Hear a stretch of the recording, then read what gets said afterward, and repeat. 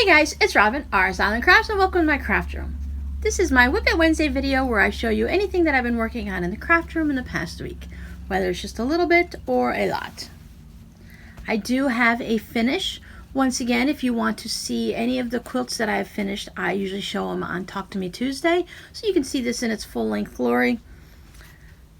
I need to go to the store and pick up some new light bulbs. I'd had one that blew out and it was I had those nice natural white glow lights in, and I had to stick another ugly yellow one in, so it kind of ruins all the colors. But if you saw this yesterday, it's a nice pretty green, but it's just being washed out here.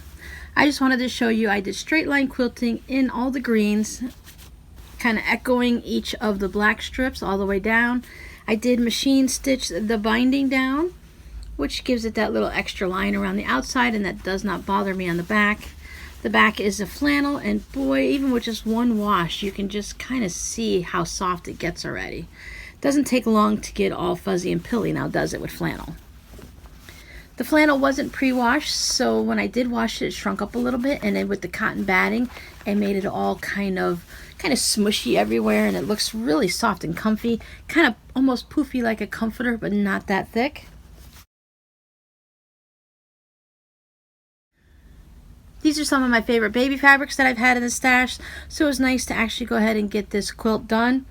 This one measures about 33 by 46, I believe, and this one will be going into the shop.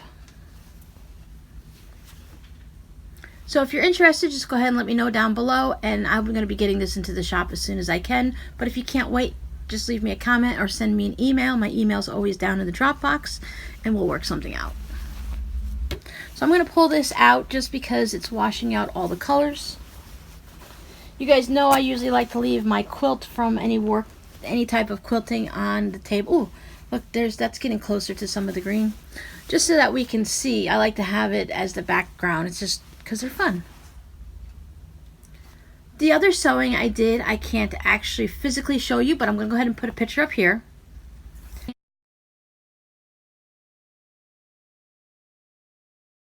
I made 3 fabric postcards to send out to a friend's mom. It's just nice to receive cards in the mail, isn't it? Speaking of cards, we're going to go a little off our normal schedule here, and I'm going to show you a card that I received in the mail this week. Normally I show you this at the end, but since we're talking about cards, I'm going to show you here. I received several sympathy cards, and thank you guys so much. It was wonderful to go to the post office and open it up and to see a card in there. But this one is handmade. I believe this is probably some type of tatting, or just, you can kind of do this with crochet too, and you just make the loops and don't actually crochet, but I think this might be tatting. Correct me if I'm wrong.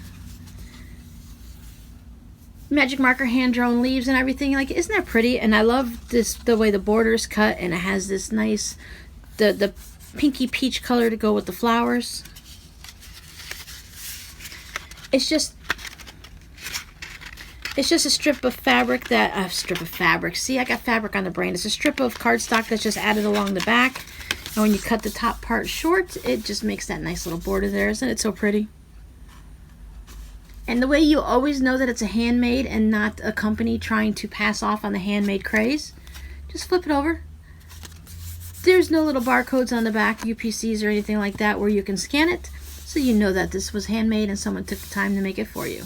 So thank you so much, and thank you for all the cards I've received so far. I also want to thank everyone for all the wonderful comments and the emails that you guys have been sending me. And I want to answer a couple of the comments that I've seen a lot. Not that everyone really has any question, but everyone was surprised that I came back to do videos so soon. You see, this is my job. This is how I support myself between YouTube, Patreon, and my shop. This is the money that's coming into the house. I mean, we all have to work for a living, and if I had a regular 9-to-5 job, I would be expected to go back to that too. And there's this little tricky thing here with YouTube, that if you are posting, like I post 3 videos a week, and I do it every week. Well, if you stop doing that for any amount of time, YouTube stops suggesting you to other channels because they feel like you're not devoted to your channel, that if you're going to start slacking off like that for whatever reason it is, that you may not come back, and they don't want to spend their time and money promoting your channel and bringing in new subscribers or new viewers for you if you're not going to put forth the effort to make your videos and to stay on a schedule. When you go to work, let's say you're working at a bank or something and you're working Monday through Friday, you're working 9 to 5, whatever it is, you're expected to be there at all those times. YouTube is kind of holding us to the same thing, that if this is what we do, whether we post once a week or once a month, they want to see that you're posting regularly. And if you start to slack off a little bit, maybe for 1 week, they might be, oh, okay, well, let's see what's going on. But if you miss anything for more than a little bit of time, I don't know what their exact time limit and algorithm is, but I have heard from other channels that even just missing 1 week, that they've noticed that being suggested to other people that are watching in other channels and viewers and stuff, that those numbers go down drastically. Plus, you know, it's what I do. It's my outlet. I love chatting with you guys, so I don't want to skip any. But thank you for your concern. Now, if you follow me on Instagram, you see that I've been playing with a new pattern. This is a purchase pattern for a drawstring bag. I'm going to try to remember to put the link down below. If not, yell at me and I will put it into one of the comments. But I started out making just one little Ziploc bag, a drawstring bag. And I had this really fun blue swirly fabric. And I actually put it in with this bright and colorful rainbow ABC fabric on the inside. And this has some gold specks going through it. Black for the contrast, of course. And it does make a little drawstring. I think I need to get some either thin ribbon or some cording. This does work, but you have to work it a little bit. The more you use it, the more these soften up. Now this bag is going to be for me. This one is going in between the two front seats of my van. It's one of those, I don't know what to call my vehicle. It's not a car. It's listed as a truck. It's basically a crossover. So it's a minivan for moms that don't want a minivan. I don't know. But in my car, there's a console in between the two seats like everyone has. But right down here, there's this big empty spot. And it's just a big plastic empty spot, whatever. And I find myself tossing little bits of trash in there, whether it's a used tissue or I keep hard candy. I love wintergreen hard candies. So I keep them in the little armrest thing. So when I take the wrapper off, I find myself tossing it in there. So it's just starting to get some trash in it. So I thought I'd put this in there. It'll fit really nicely. It'll stay open because I use some interfacing in this one. And I can just toss the trash in there. I never have any type of trash that's sticky or dirty. And if I did, I could just put a little bag in it or make a little liner with vinyl to go inside here. So I thought I'd use that. I could always go like this with a drawstring bag. If you just curl it down, it makes a nice little bucket like that, and it would just sit in there nicely. This is one of the cool features about these bags. You don't have to box the corners or anything. You have to use a template, and when you're all done, it looks like that on the outside. Now, technically, you could kind of turn these inside out and use them as a reversible one. The only thing is you leave the hole in the side here, and then you stitch it up, so you would see that on the outside. But if it's not something you really care about, or what, excuse me, if it's not something you care about, you can go ahead and do it that way, because the way the drawstring is a channel on the top, you can go ahead and reverse it. I love this swirly fabric, so I'm going to keep this on the outside. And they just fold up neatly like that, and you kind of don't really recognize what it is too well at that shape, so you put it there. So as I said, I used interfacing on these. I actually interfaced the channel, and I think that's part of my problem with this one, is I made the channel too stiff. I don't know what made me interface the channel. I wasn't thinking that day. So then I started making more. I made 1, 2, 3, 4 more. So now this one I have a little bit of ribbon. I thought with the polka dots here that a little polka dot ribbon would be fun. And on the inside I just used a straight yellow fabric. So you could see once again it's just that little bit there. If I were to change the way it's stitched together, I'm not sure. This is the easiest way to do it. So having it reversible isn't necessary, but if someone got all kinds of crazy, they could reverse it. And with the ribbon, it closes up nicely. And once again, it's just, I don't know. I think a round cording would probably work the best. I'll have to go up to Michael's and pick up some of that paracording that they use for all the little bracelets and stuff. I did not put any interfacing in this one, so it's really easy to just fold up and pack away. Sometimes it's nice to have a bag that you can just easily fold up and stick inside of other bags to store it, or to something that's flexible so that if you have a project in it, like if you're knitting or crocheting or something, or I think these would be really good for doing hexagons, that you can just easily fold it up and stick it in your bag. But these are great for many uses. The kids can put their toys in it. You can put, I guess you could put cosmetics in it. You could kind of put anything you want in it. Little brushes, you could take it when you go out on a trip or camping or something. The bottom ends up being about 4 inches square, and it's about 5 inches tall. So I think these are just great little drawstring bags. So then I carried on. Best part, we don't want to skip the best part of the bottom there. And I had this fun fabric, and I thought that would go great with the black. Added some white. And on the inside, I have purple and white. It does the same thing on the inside because you're basically just making two. Closes right up. I have one of these in a drawstring bag that I use for making hats. And as you start using it, and it's like this even if you were to use fabric for your pull ties, it just, you have to use it a little bit in a drawstring bag to loosen it up. So the more you use it, the easier it gets. You see, it gets just easier to use it. This will end up starting to turn into almost into a cord itself. It folds over on itself, and I really like using, and I can't think of the name of this stuff. I have a big spool of it. I want to call it ticker tape, but that's not it. But anyway, so there's another one. And then I had this Outdoorsies fabric. This is a real tree fabric or whatever it's called. And I used this blue. It always reminds me of the sky. It's very much like the green that I had in the quilt. Actually, it's very much like the green I used it here. See how it has the swipes of color and it fades in and out and stuff? It's the same thing here, just in blue. So I thought I'd go ahead and use my blue as my contrast.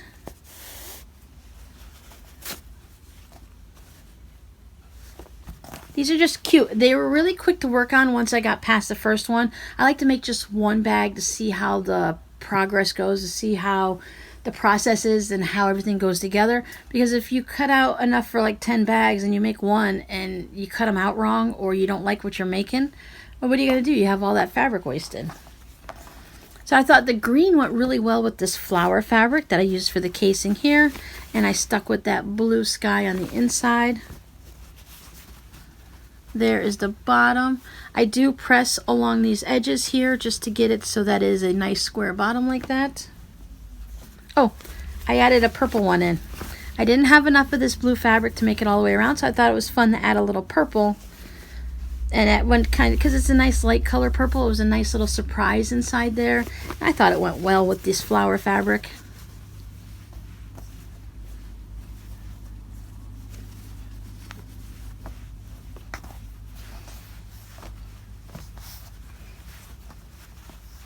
So you're going to be able to find these 4 in the shop, and I'm going to go ahead and work on some more of them. I'm going to pop up to the store and see if I can find a really thin, some type of a cord, a really thin cording that's going to work. That's what the pattern recommends, is a thin cording. As I said though, this stuff is going to loosen up really quick. It doesn't take many uses of opening and closing it. Give it to your kids, let them play with it for a while, and it'll loosen it right up.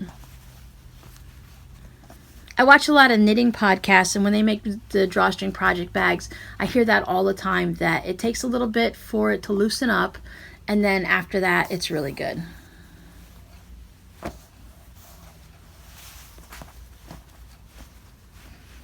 I'm also going to be enlarging this design so I can have a bag that's larger than just 5 inches tall and 4 inches square on the bottom. I like to maybe thinking about something maybe about 8 inches tall. And then we'll see, maybe 5 or 6 inches square on the bottom, depending on how it all works out.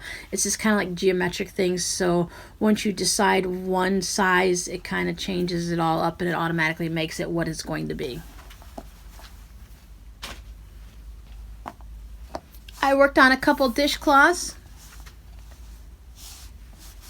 I went from this one and just had a little bit of green to go into the next one. So now this came from one ball of the yarn, and I still, well, one skein, and I still have about this much left of a ball to work into the next one, which will probably either get me halfway or maybe a third of the way onto another dishcloth. So that's going to be fun to, if I find more of this striped yarn and then take all the leftovers and just make some fun scrappy ones, it will be really nice. I kind of think these are, I feel these are very summery and beachy, that they would look great at a beach house somewhere, or they could work anywhere. Of course, they're dishcloths, are going to brighten up your kitchen. But I thought they just felt very beachy to me, just with the different colors of the water and all that stuff. So I thought those turned out really nice. They're all blocked and ready to go into the shop. I worked on my super secret, gonna give it to a friend so I don't want to spoil a surprise project. Let me put a picture up here.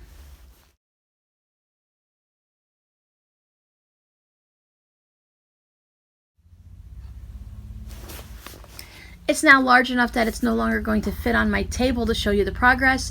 If you look in the picture, I put my crochet hook down from there to the point is how much I accomplished this week.